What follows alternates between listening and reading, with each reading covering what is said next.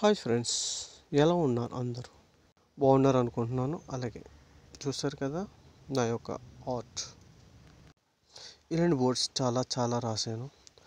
అవి ఒకే ప్లేస్లో కాకుండా చాలా ప్లేస్లో తిరిగి తిరిగి రాయాలి, కానీ చాలా కష్టం.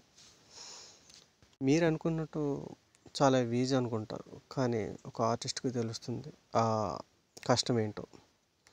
నేనైతే చాలా దూరం వెళ్ళి రాయాల్సిన పరిస్థితి వచ్చింది.